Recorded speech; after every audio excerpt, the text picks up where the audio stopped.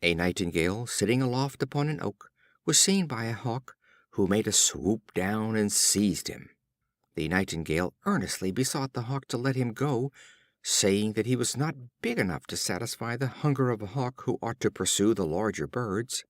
The Hawk said, "I should indeed have lost my senses if I should let go food ready to my hand, for the sake of pursuing birds which are not yet even within sight." A bird in the hand is worth two in the bush.